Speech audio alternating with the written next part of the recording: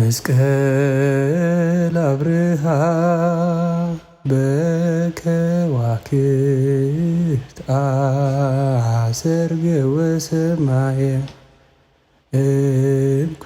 እምኩሉሰ ፀሐየ አራየ። ጤና ይስጥልኝ ውድ ተመልካቾቼ፣ የሥነ ጥበብ ቅኝት ዝግጅቴን አሁን ይዤ ቀርቤያለሁ።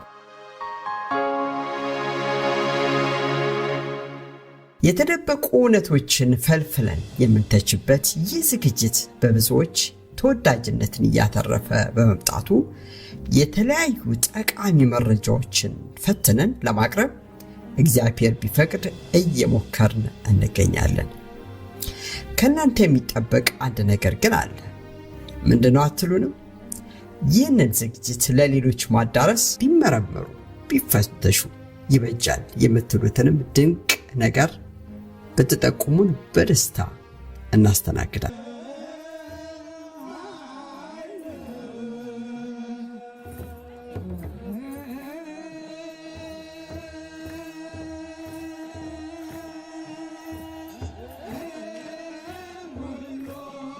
ለዕፀ መስቀሉ እናቅርብ ምስጋና፣ ለዕፀ መስቀሉ እናቅርብ ምስጋና።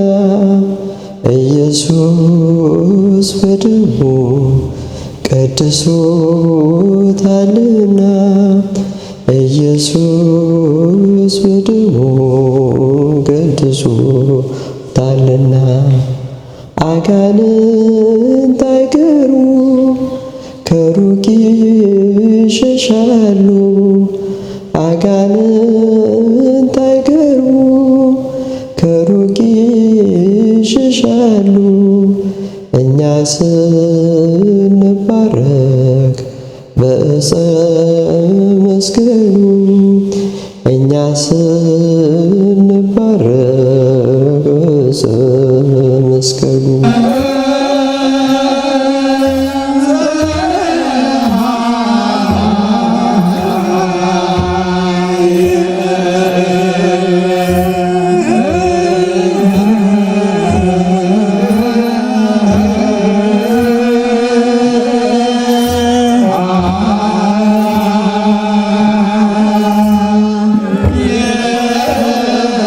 እንደምን ከረማችሁ፣ እንደምን አላችሁ ወደ ተመልካቾቻችን።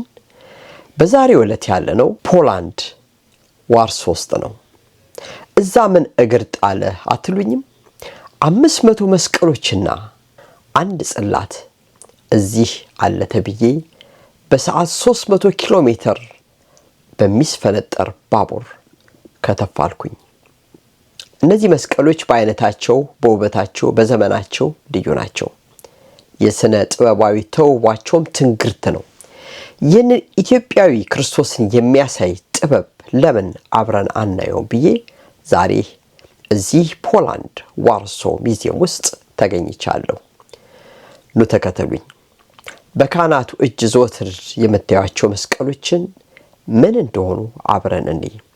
ሰውስ እንዴት እንደሚያከብራቸው፣ በሙዚየም ተጠንቅቆ እንደሚያስቀምጣቸው እነዚህን መስቀሎች ሁላችን እንግዲህ መጀመሪያ ጊዜ ይሄንን መስቀሉን በተመለከተ የዚህ ሙዚየም ዋናው ዓላማ እነዚህ መስቀሎችን ለምንድነው ኮሌክት ያደረጋቸው የሚለውን መጀመሪያ እንነጋገራለን። እነዚህ መስቀሎች የኢትዮጵያ መስቀሎችም ሆነ ሌሎቹ ኮሌክት የተደረጉት በዩኒቨርሲቲ ሪኮግናይዝ የተደረጉ ናቸው። እነዚህ መስቀሎች መጀመሪያ ጊዜ እዚህ በሚቀመጡበት ጊዜ በኢስተርን ኦርቶዶክስ ቸርች ካልቸር ባህል የተሰሩ ናቸው።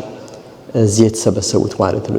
እዚች ሙዚየም ውስጥ ያሉት ይህ መስቀል ለምንድነው ጥቅሙ የሚለው ተተንትኗል። አንደኛ ሰዎች እግዚአብሔር መንፈሳዊ ነገርን ለመቀዳጀት፣ ሰይጣንን ለማባረር፣ እንደገናም ደግሞ ለሂሊንግ ለመፈወስ ለነዚህ ሁሉ መስቀልን ይጠቀማሉ። መስቀሎቹ እዚህ ኮሌክት የተደረጉት አንደኛ በካህናት በእጆቻቸው የሚይዟቸው መስቀሎች፣ በቅዳሴ ጊዜ ቤተክርስቲያን የምትጠቀምባቸው መስቀሎች፣ እንደገናም ደግሞ ሰዎች አንገታቸው ላይ የሚያደርጓቸው መስቀሎች ናቸው። እነዚህን መስቀሎች ከኢትዮጵያ ኮሌክት ያደረገው ክራቢየቪች የተባለ ኢትዮጵያ ውስጥ ለብዙ ጊዜ የኖረ በ60ዎቹና ከዛ በፊትም የኖረ ነው። ከሁሉ አስቀድሞ የመስቀሉን ምንነትና የመስቀሎቹን አይነት እንቃኛለን። መስቀል በኢትዮጵያ ኦርቶዶክሳዊት ተዋሕዶ ቤተክርስቲያን ታላቅ ቦታ ይሰጠዋል። መስቀል ከተለያዩ ማዕድናት ሊሰራ ይችላል። ይህ ታዲያ ሁሌም ምሳሌ አለው። የወርቅ መስቀል ጌታችን ንጹሕ ባህሪ ስለመሆኑ ምሳሌ፣ የመዳብ መስቀል መዳብ ቀለሙ ቀይ እንደሆነ የወርቅ ደሙ ምሳሌ፣ የብረት መስቀል ጌታችን ከብረት በተሰሩ 5 ችንካሮች የመሰቀሉ ምሳሌ፣ ሳዶር፣ አላዶር፣ ዳናት፣ አዴራ፣ ሮዳስ በሚባሉ 5 ቅንዋት ስለተቸነከረ ማለት ነው። የብር መስቀል ጌታችንን ይሁዳ ለ30 ብር አሳልፎ የመስጠቱ ምሳሌ፣ የእንጨት መስቀል ጌታችን የተሰቀለበት በዕፀ መስቀል በመሆኑ እንደዚሁም አዳም ዕፅ እንጨትን በልቶ ሞትን በማምጣቱ ክርስቶስም ሕይወትን ሊሰጠን በእንጨት መስቀል ተሰቀለ ለሚለው ምሳሌ ነው። ይህም እንዲታወቅ የመስቀሉ ነገር ለሚጠፉት ሞኝነት ለኛ ለምንድን ግን የእግዚአብሔር ኃይል ነውና ተብሎ በአንደኛ ቆሮንቶስ ምዕራፍ 1 ቁጥር 18 ላይ ተጽፏል። የመስቀሉ ምስጢር በመጽሐፍ ቅዱስና በሃይማኖት አባቶች በሰፊው ሲነገር ኖሯል። በዚህም መሰረት አበው እንዲህ ያስተምራሉ። ቅዱስ መስቀል ስንል ጌታችን ኢየሱስ ክርስቶስ ዓለሙን ከሞተ ኃጢአት ለማዳን በቀራንዮ የተሰቀለበት የተመሳቀለ ዕፅ ማለት ነው። መስቀል ለክርስቲያኖች የሕይወትና የድኅነት ምልክት ነው። ጌታችን መድኃኒታችን ኢየሱስ ክርስቶስ ዓለሙን ከኃጢአት ከሞት በቀራንዮ ለማዳን የተሰቀለበት ዕፅ መስቀል ከሌሎቹ ይለያል፣ ቅዱስም ይባላል። ይህ መስቀል ቅዱስ መባሉ ከሌሎቹ የተመሳቀሉ ነገሮች በመለየቱ ነው። ድኅነት አግኝተንበታልና ስለዚህም የድኅነት ምልክት ነው። የነጻነታችን አርማ አድርገን መመኪያችን፣ መዳኛችን፣ ትምክታችን አድርገን እንይዘዋለን። ነገር ግን ከዚያ በፊት መስቀል የእርግማን ምልክት የሆነ የወንጀለኞች መቀጫ ነበር። ክርስቶስ ግን እርግማንን ሁሉ አጠፋ። ስለዚህም መስቀሉ መዳኛችን ሆነ። በብሉይ ኪዳን ከቀስት ፊት ያመልጡ ዘንድ ለሚፈሩ ምልክትን ሰጣቸው ተብሎ በመዝሙር 59 ቁጥር 4 ላይ በተጻፈው መሰረት የመስቀሉ ምሳሌ የሙሴ በትር ባህር ከፍሏል፣ ጠላት አስጥሟል፣ መና አውርዷል፣ ደመና ጋርዷል፣ ውሃ ከዓለት አፍልቋል፣ በግብፃውያን ላይ ድንቅ ተአምራትን አድርጓል። ሙሴም ምሳሌው የሆነውን ክርስቶስን የተሰቀለበት መስቀልን ባህረ እሳት ከፍሏል። የክርስቶስ መስቀል ማየገቦን ደሞገቦን ለመጠጣችን ለጥምቀታችን አስገኝቷል። ኃይሉን በዲያብሎስና በአጋንንት ላይ አሳይቷል። ነፍሳትን ከሲኦል ባርነት ከዲያብሎስ ቁራኝነት ነፃ አውጥቷል። ማብሪያ መቅረዙ መስቀል ነው። በቀራንዮ ተራራ ላይ በተተከለ የመስቀሉ መቅረዝ ላይ የሚያበራው ብርሃን ደግሞ ኢየሱስ ክርስቶስ ነው። አንተ ሰው ለአንድ አፍታ አስብ፣ የዓለሙ ተግባር ሁሉ ያለ መስቀል ይከናወን እንደሆነ ራስን ጠይቅ። ያለዚያ የድል ምልክት ባህርን መሻገር አይቻልም። ያለ እርሱ ቆፋሪዎችና ጥበበኞች ቅርጽ ስራዎችን አይሰሩም። የሰው ቅርጽ ራሱ መስቀል ነውና አዋፍም እንደ መስቀል ሆነው በአየር ይበራሉ። ይህንን ያለው ሴንት ጀስቲን የተባለ በአፖሎጂ ቻፕተር ወይም ምዕራፍ 57 ላይ የተጻፈ ነው። በቤተ ክርስቲያን የንድፍ ሂደት ውስጥ መስቀል በሃይማኖታዊ ስዕላዊ መገለጫነት እና በስርዓተ አምልኮ ስነ ጥበብ ውስጥ ዋነኛ ምልክት ነው። የስርዓተ አምልኮ ስነ ጥበብ በሃይማኖታዊ አምልኮ ውስጥ ጥቅም ላይ የሚውሉ የተለያዩ ማራኪ መስቀሎች ይነደፋሉ። ዓላማውም መንፈሳዊ ድባብ ለመፍጠርና ውስጣዊ ጸጥታን ለማጽናት ነው። መስቀል በውጫዊ ገጽታ ላይ በቅስት ወይም በውስጣዊ ውስጥ ለምሳሌ የመሰዊያ መስቀሎች ባለቀለም መስተዋት የሚያንጸባርቅ ቤተክርስቲያን ውስጥ የሚደረግ ውስጣዊ ደስታን እንዲፈጥሩ ተደርገው ይሰራሉ። ባለቀለም መስተዋቶቹ በተለይ በአውሮፓ ውስጥ እጅግ በጣም ያንጸባርቃሉና እዛ ላይ ደግሞ መስቀል ይሳላል። ጥቅሙም የተቀደሰ ድባብ ለመፍጠርና የምእመናን ትኩረት ወደ አምልኮት ለመሳብ ነው። እግዚአብሔርን በሰጠን ስጦታ እግዚአብሔርን ለማመስገን ነው። በዚህ መሰረት ኢትዮጵያውያን በመስቀል ጥበብ ላይ የረጅም ጊዜ ታሪክ ያላቸው ናቸው። ከዚህ በኋላ ስለ ስነ መስቀሉ እንወያያለን። ለዕፀ መስቀሉ እናቅርብ ምስጋና፣ ለዕፀ መስቀሉ እናቅርብ ምስጋና። ወደ መስቀሎቹ ኮሌክሽኖች እንሄዳለን። እነዚህ መስቀሎች በጣም በጥልቅ ዲሲፕሊን ወይም ደግሞ በጥልቅ ስነ ጥበባዊ ኪሎት የተሰሩ ናቸው። እያንዳንዷን ዲዛይን በምትመለከቱበት ጊዜ በጣም በጥንቃቄ ነው የሰሯቸው። ለዕፀ መስቀሉ እናቅርብ ምስጋና፣ ለዕፀ መስቀሉ እናቅርብ ምስጋና። የመስቀሎቹ ቅርጽ መለያየት፣ ጉጻጉጽ መሆን የተለየ ትርጉም ይወክላል። በውስጡ ያሉት ጥልፍልፍ ሐረጋት እና ውጫዊ ቅርጽ የነገረ ክርስቶስን አስተምሮ ወክለው ተነድፈዋል። መጽሐፈ ሚስጥር የጌና ስብከት ምንባብ መስቀሉም መለኮት የተዋሃደው ትብስት ደም የተቀደሰ የብርሃን ማህተም መሆኑን እናምናለን እንዳለ፣ ደመ ማህተቡ መስቀል በልባችን በየልብሶቻችን በቤታችን በር መቃን ሳይቀር ይሳል ዘንድ ቤተክርስቲያን ስለ መስቀል ተውቦ ትጨነቃለች። ስለዚህም በጥቂቱ የተለያየ ቅርጽ ያላቸው መስቀሎች ስያሜዎችን እንጠቅሳለን። አንደኛ አርዌ ብርት መስቀል ሙሴ በምድረ በዳ የሰቀለው የነስ እባብ ምሳሌ ብፁዓን አበው ኤጲስቆጶሳት ጳጳሳት የሚያደርጉት አይነት ማለት ነው። ሁለተኛ ሐዋርያ መስቀል ሐዋርያት ዓለምን ዞረው የማስተማራቸው ምሳሌ። ሶስተኛ ቀርነ በግ መስቀል ጌታችን የዓለምን ኃጢአት የሚያስተሰርይ የእግዚአብሔር በግ ለመሆኑ ምሳሌ።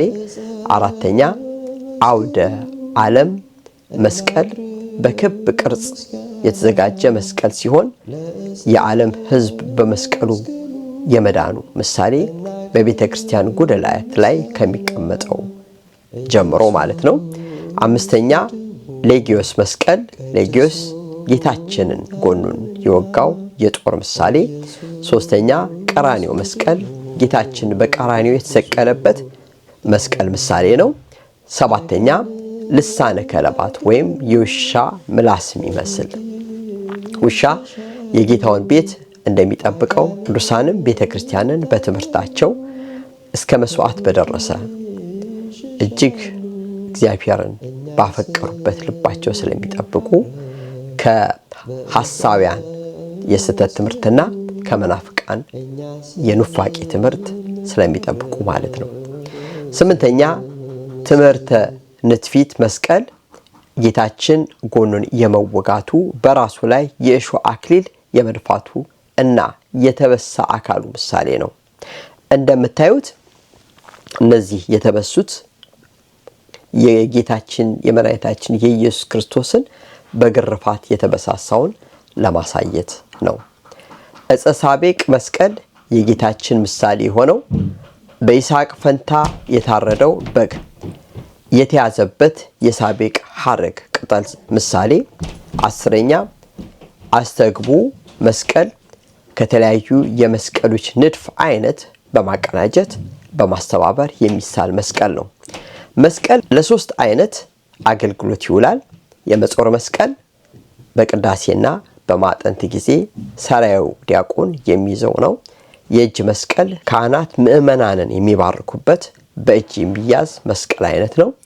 የአንገት መስቀል ምዕመናን ለአምላካቸው ያላቸውን ፍቅር ለመግለጽ ከማህተባቸው ጋር በአንገታቸው የሚያደርጉት ነው። እንግዲህ ይሄ ሁሉ ሆኖ እናቶቻችን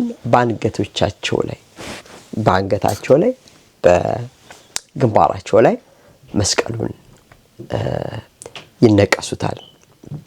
ኢትዮጵያውያን ለመስቀል ያላቸው አክብሮትና ፍቅር ይሄንን ይመስላል። ለዕፀ መስቀሉ እናቅርብ ምስጋና፣ ለዕፀ መስቀሉ እናቅርብ ምስጋና፣ ኢየሱስ በደሙ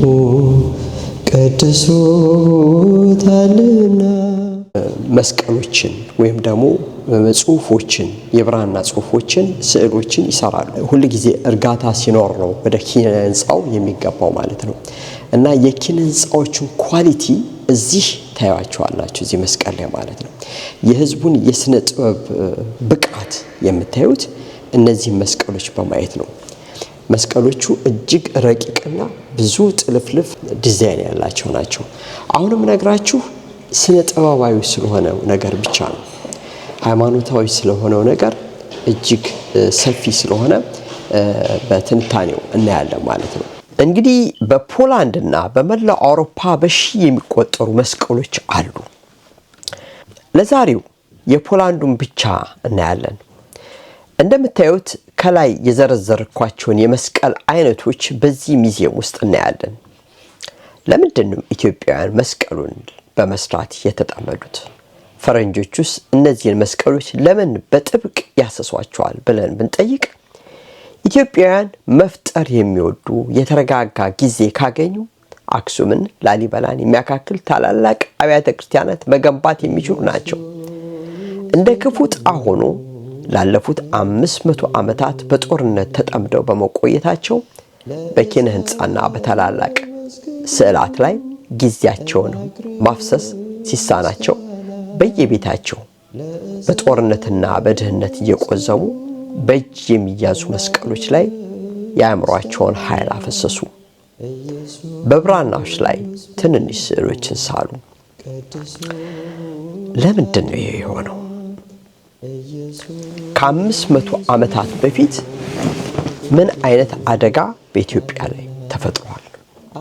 በታሪክ መዝገብ ተዘርዝሮ እንደምናነበው በተለይም በክቡር ሚኒስትር ይልማ ደሬሳ በተዘጋጀ የኢትዮጵያ ታሪክ በ16ኛው መቶ ክፍለ ዘመን በ1959 በታተመው መጽሐፋቸው እንዳሰፈሩት አረፋቂ የተባለ የግራኝ ዘመን ታሪክ ጸሐፊ የግራኝ ሰራዊት ዘርፏቸው ካቃጠላቸው ከ50 ገዳማት መካከል ስለ አንዷ ስለ መካነ ስላሴ የሚከተለውን ጽፏል። የቤተ ክርስቲያኒቱ ርዝመት 100 ኪዩቢት፣ ጠርዙ 4 ኪዩቢት ነበር። የቤተ ክርስቲያኒቱ ጣራ የውስጠኛ ግድግዳ ሁሉ በወርቅና በብር ቅጠል ለብሶ በልዩ ልዩ የወርቅ ሐውልት በእንቁና በከበሩ ድንጋዮች ያጌጡ የተሽቆጠቆጡ ነበሩ። በወርቁና በብሩ ቅጠል ላይ ልዩ ቀለማት ተለብጠው ሌሎችም እየተቀረጹ ገብተው ተጊጠዋል። ግራኝና ጓደኞቹ ገብተው ዞሮ ባዩ ጊዜ ከማንጸባረቅ የተነሳ አይናቸው ማየት ሰነፈ። እነ ግራኝ በስራው ሁሉ እጅግ አድንቀው ተደነቁ። ይህንን የምትሰሙ በኦቶማን ቱርክ እየተነዳ የመጣው ግራኝ መሐመድ የኢትዮጵያን ስልጣኔ ምን ያህል እንዳወደመ መረዳት ትችላላችሁ። በዚህ ዘመን ግራኝን የሚያመጻድቁ ሰዎችም ምን አይነት አለመረዳት እንደሆነ በዚህ ውስጥ ማየት ትችላላችሁ። የኢትዮጵያን ጠቢባን የዘመናት ልፋት ወደ 50 ገዳማት በግራኝ መሐመድ ተዘርፈው ወድመዋል። እነዚህ አብያተ ክርስቲያናት ምን አይነት ውብ እንደነበሩ አሁን ግሪኮች፣ ሮማውያን ከሚመኩባቸው ቅርጾች የማይተናነሱ መሆናቸውን ይህ ትውልድ ሊረዳ ይገባዋል። ቅዱስ ዳዊት በመዝሙር 82 የሚጠሉን ራሳቸውን አነሳስተዋል እና ሕዝብን በምክር ሸንግሏቸዋል ይላል። ብዙ ሰዎች ባልሆኑ ሰዎች ተመክረው የኢትዮጵያ ቤተክርስቲያንን ሲያጥላሉ፣ ሲያክፋፉ እናያለን። እንዲህ ቤተክርስቲያንና ኢትዮጵያ በዛን ዘመን ጀምሮ እስካሁን በፈተና ውስጥ ይገኛሉ። በግራኝ አህመድ ከጠፉት ታላላቅ የሃይማኖትና የስነ ትምህርት የስነ ጥበብ ማዕከላት አንዷ አትሮኖስ ማርያም ቤተክርስቲያን በቤተ መቅደሷ ውስጥ ጠፈርና ከሐር የተሰሩ መጎናጸፊያዎች ነበሯት ሲባል ያን የነበሩ ጠቢባን ክህሎት በሩቅ ማየት መመራመር ያስችለናል። ከቤተ ክርስቲያኒቱ ግድግዳ ላይ በወርቅ በብር ቅጠሎች የተሰሩ ትንግርቶች በግራኝ ሰራዊት እየተላጡ ተከመሩ። የወርቅ ጽዋ፣ የወርቅ ሳህን፣ የወርቅ ማጠኛ ጽዋዎች በብዛት ተወሰዱ። እጅግ የሚያሳዝነውና ኢትዮጵያ ዳግም የማታገኘው 4 እግር ያለው መቆሚያ ላይ የሆነ ክብደቱ 1000 ወቂት የሆነ የወርቅ ጽላት በወርቅ ገበታ የተጠረበና በስዕል የተንጸባረቀ መጽሐፍ ቅዱስ እና ሌሎችም ቁጥር የሌላቸው ሀብቶች ተዘረፉ ይለናል። የኢትዮጵያ ጠቢባን እጅግ የደከሙባቸው ውድ ቅርሶች በጦርነት ሲወድሙ ያዘነ ሕዝብ ከዛ ወዲህ በየቤቱ በብራና በመዳብ መስቀሎችን ከመስራት በላይ የአብያተ ክርስቲያናትን ግድግዶች በስነ ጥበባዊ ትንግርት መሙላቱን ችላ አለ። ራሳቸው ዛሃርዌ መሐመድና ቢዘር ሙሃጂን የተባሉ የግራኝ የጦር አለቆች በአንጎት ውስጥ የሚገኘውን ደብረ እግዚአብሔርን ባቃጠሉበት ጊዜ የተሰበሰበው የወርቅ ልክን ለማመን የሚያስቸግር ነበር ብለዋል። 4 የወርቅ ጽላቶች እያንዳንዳቸው 5 ሰው ሊሸከማቸው የማይቻል ከሌሎች ውድ ዕቃዎች ጋር ተዘርፈዋል። በደብረ እግዚአብሔር የተዘረፈው ወርቅ 1 ሚሊዮን ወቂት ይሆናል። ይህ ሁሉ ጥበብ ነው በ15ኛው መቶ ክፍለ ዘመን የወደመው። ከዚያ በኋላ ኢትዮጵያ ከ300 ዓመታት በላይ ቅርሶቿ በባዕዳን ተዘርፈዋል። ለዚህ ሁሉ ግን ተባባሪ ሳይኖር አንዳችም የተፈጸመ ስርቆት የለም። ይህ ስርቆት አሁንም ቀጥሏል። ብዙ ቅርሶች እየተዘረፉ ነው። በዚህ ዘመን ያሉ ተቺዎች ኢትዮጵያ በስንፍና እጇን አጣጥፋ ዘመናት ትቷት ያለፉ ገልቷ ሀገር ናት ብለው ሲሰብኩ እነዚህን ሁሉ የጥበብ በረከቶች ከግምት ውስጥ ሳይከቱ መሆን አለበት።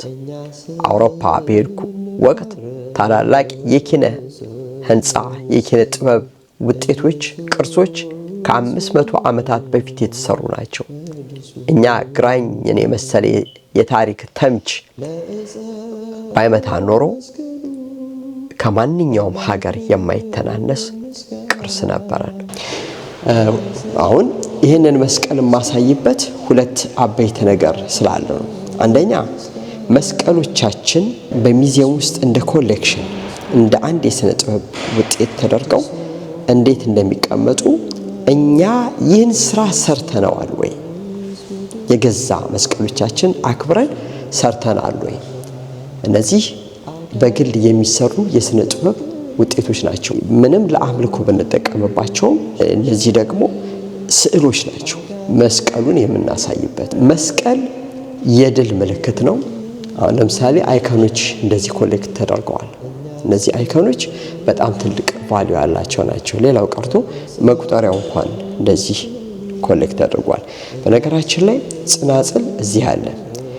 ይህን ጽናጽል በደንብ ዲፕሊ ስናይ አንድ በጣም የሚያሳየን ነገር አለ። ይሄ እጁ ላይ እየጠቆረ ነው። በእሳት ተቃጥሎ ሳይሆን አንድ ካህን አንድ ማህሌታ የሆነ ሰው ለብዙ ጊዜ ይህንን ጽናጽል እንደተጠቀመበት ያስታውቃል ማለት ነው። እንግዲህ እነዚህ በአጠቃላይ የእጅ መስቀሎች ናቸው። በብረት፣ በብሮንዝ፣ በተለያየ የብረት አካላት የተሰሩ ናቸው። የብር መስቀሎችም አሉ እዚህ ውስጥ። እነዚህ ደግሞ በአንገት ላይ የሚደረጉ መስቀሎች ናቸው። በአብዛኛው ያው አንገት ላይ የሚደረገው በብሮንዝ እና ድንገትም በወርቅ የሚሰሩ ይሆናሉ ማለት ነው። ይሄ ወርቅ ይመስላል። እነዚህ ወርቆች ናቸው። እነዚህ ወርቆች ናቸው። እንዲህ ክብር አግኝተው እነዚህ መስቀሎች ተቀምጠዋል ማለት ነው። ፒክቸራል ክሮስ ነው የሚሏቸው፣ ስዕላዊ ናቸው። አሁንም ይሄን ሄደው ደግሞ ወደ እንጨት መስቀሎች ነው። ተመልከቱ እንዴት አድርገው መስቀሉ ላይ ጌታን እንደሰሩት ተመልከቱ። እነዚህ እጅግ ውድ የሆኑ የእጅ ስራዎች ናቸው። ሁኔታ ነው። ብዙ ሚስጥራትን የያዙ ናቸው እነዚህ መስቀሎች። ለምሳሌ አሁን ይህን በምናይበት ጊዜ ጌታ ከላይ ተሰቅሏል። እዚህ ጋር ደግሞ የአዳምን አጽም እናያለን ማለት ነው። ጎልጎታ የአዳም አጽም እዛ ነበር የነበረው ይባላል። ያው በቤተ ክርስቲያን ታሪክ ይነገራልና ያንን ይዞ ነው። ስለዚህ በጣም ሰፊ የሆነ ሁኔታን ይዞ ነው። አዳምን ደግሞ ከሞት ያዳነው ጌታችን ኢየሱስ ክርስቶስ ስለሆነ ያውላችሁ እንደዚህ ሁለቱንም ሐሳብ በሞት አዳም ላይ መጣ፣ በኢየሱስ ክርስቶስ ትንሣኤ ያገኘ ማለት ነው። እንዴት አይነት ዲዛይን እንደሆነ ተመልከቱ። እነዚህ መስቀሎች እንግዲህ እነዚህ ከሞኝ ደጃፍ የተቆረጡ ሞፈሮች ናቸው። እኛ የገዛ ስራችንን ማክበር ሳንችል እነሱ ግን እንዴት እንዳከበሩ ማየት ያስፈልጋል ማለት ነው። እንግዲህ ይህ አንድ ሰው ብቻ ኢትዮጵያ ውስጥ ቁጭ ብሎ ኮሌክት ያደረገውና ለዚህ ታላቅ ሚዚየም የሰጠው ያበረከተው ስራ ነው። እነሱም አክብረው አንድ ቦታ ሰጥተው እንደዚህ ይጠቀሙበታል። ይህ ሚዚየም በብዙ ሺህ ሰው ይጎበኛል፣ ብዙ ገንዘብም ይገኝበታል። እዚህ ሚዚየም ቆሜ የመስቀሎቹን ትክ ብዬ ሳስተውል የነገሩኝ ነገር ይህንን ነበር። የኢትዮጵያ መስቀሎች የፈጠሯቸውን ኢትዮጵያውያንን ስነ ጥበባዊ ኪሎትና መንፈሳዊነት በጸጥታ ይሰብካሉ። የኢትዮጵያ መስቀሎች የዘመናት ጥበብና ጥልቅ መንፈሳዊ ትርጉም በማሳየት በልዩ ጥበባዊ ባህሪያቸው ይታወቃሉ። እንደ ሌሎቹ የክርስትና መስቀሎች የኢትዮጵያ መስቀሎች የሚታወቁት በተራቀቁና በቅጥ በተሰሩ ንድፎች ነው። ብዙውን ጊዜ ውስብስብ የሆነ የላቲክ ወርክ ስራዎችን፣ የጂኦሜትሪን ንድፎችንና ምሳሌያዊ ገጽታዎችን ያሳያሉ። ላቲክ ወርክ የምትለዋን ትንሽ ልተንትናት። ይህ ቃል የሚወክለው በኪነ ህንፃ ጥበብ ውስጥ እርስ በእርስ የሚተላለፉና የሚጠላለፉ እንደ ፍርግርግ ወይም የሰያፍ ንድፍ የተደረደሩ ክፍት ቦታዎችን በመፍጠር የሚገነቡ የሚዋቀሩ ናቸው። በተለምዶ በግንባታ ዲዛይን ውስጥ የምንጠቀምባቸው መንገዶች ናቸው። ልብ አድርጉ፣ ከላይ የኢትዮጵያ መስቀል በጦርነት ምክንያት ሜዳ ላይ መገንባት ያቃታቸው ኢትዮጵያውያን ጠቢባን በትንሽ መስቀሎች ላይ ያሳፈሩት ንድፍ ምን ማለት እንደሆነ። ስለዚህም በመስቀሎቹ ንድፍ ውስጥ የኪነ ህንፃ፣ የምህንድስና፣ የሳይንስና የስነ ፈለግ ቀመሮችም አሉ። በአራተኛው መቶ ክፍለ ዘመን በንጉሥ ኢዛና ዘመን በፍራንኮች ላይ የመስቀሉ ምስል በሚታተምበት ጊዜ ቀላል ነገር እንዳልሆነ እንድናስበው ያስፈልጋል። የኢትዮጵያ መስቀሎች በተለይም የመጾር መስቀሎች በዋናነት የኢትዮጵያ ኦርቶዶክሳዊ ተዋሕዶ ቤተክርስቲያን ሃይማኖታዊ ምልክቶች ቢሆኑም በስነ ፈለግ ጥናት ጋር ተምሳሌያዊ ግንኙነት ሊኖራቸው ይችላል የሚል ሐሳብ አለ። በዚህ ጉዳይ ላይ ያጠኑ ሰዎች ትንታኔ ሊሰጡበት ይችላሉ። ቀጥተኛ የስነ ፈለግ ምልክቶች ባይሆኑም በእነዚህ መስቀሎች ላይ ያሉት ውስብስብ ንድፎችና ጭብጦች የኮስሞሎጂ ሐሳቦችንና ቤተ ክርስቲያን ከፍጥረት ጋር ያላትን ግንኙነት የሚያንጸባርቁ መንገዶች ሊሆኑ ይችላሉ። እኔም እንደ ቅዱስ ጳውሎስ ይህንን ብቻ ከናንተ እንድማር እወዳለሁ በሚል ይህንን የመስቀሉን ነገር እደመድማለሁ። የማታስተውሉ የገላትያ ሰዎች ሆይ በዓይናችሁ ፊት ኢየሱስ ክርስቶስ እንደተሰቀለ ሆኖ ተስሎ ነበር። ለእውነት እንዳትታዘዙ አዚም ያደረገባችሁ ማን ነው? ይህንን ብቻ ከናንተ እንድማር እወዳለሁ። ወደ ገላትያ ሰዎች ምዕራፍ 3 ከቁጥር 1 እስከ 3 ይህንን ነው መማር እንፈልገው። ኢትዮጵያውያን በዓይናቸው ፊት የኢየሱስ ክርስቶስ መስቀል ተስሏል። ነገረ መስቀሉን በልባቸው ስለውታል። ስለዚህ እውነት የሆነውን መስቀል ሁል ጊዜ ያዩታል፣ ያንንም ይስሉታል። እናንተ የገላትያ ሰዎች በዓይናችሁ ፊት ኢየሱስ ክርስቶስ እንደተሰቀለ ሆኖ ተስሎ ነበር። ለእውነት እንዳትታዘዙ አዚም ያደረገባችሁ፣ ይህንንስ መስቀል እንዳታዩት ያደረጋችሁ ማን ነው? ይህንን ለመማር እፈልጋለሁ። መልካም ጊዜ። እንግዲህ በፖላንድ ውስጥ ያሉት መስቀሎች ይህን ይመስላሉ። ለማስመለስ የሚቻል አይመስለኝም። ብዙዎቹ መስቀሎች ጥንታውያን እንደሆኑ መስቀሎቹን በማየት ብቻ መረዳት ይቻላል። ቅርሶች ናቸው። ነገር ግን ለማስመለስ በጣም ትልቅ መንገድ ይፈልጋል። ጽላቱን እንኳን ካስመለስ ቀላል አይደለም። እንግዲህ ሌሎቹ መስቀሎች እንዳይወጡ ሁላችንም መጣር ይኖርብናል። ቅርሶቻችንን እንጠብቅ። መልካም ጊዜ ለሁላችሁም። እግዚአብሔር ከእናንተ ጋር ይሁን። ሀገራችን ኢትዮጵያን በበረከት ይባርክልን። ከጦርነት፣ ከቸነፈር፣ ከስቃይ፣ ከረሃብ ያድንልን።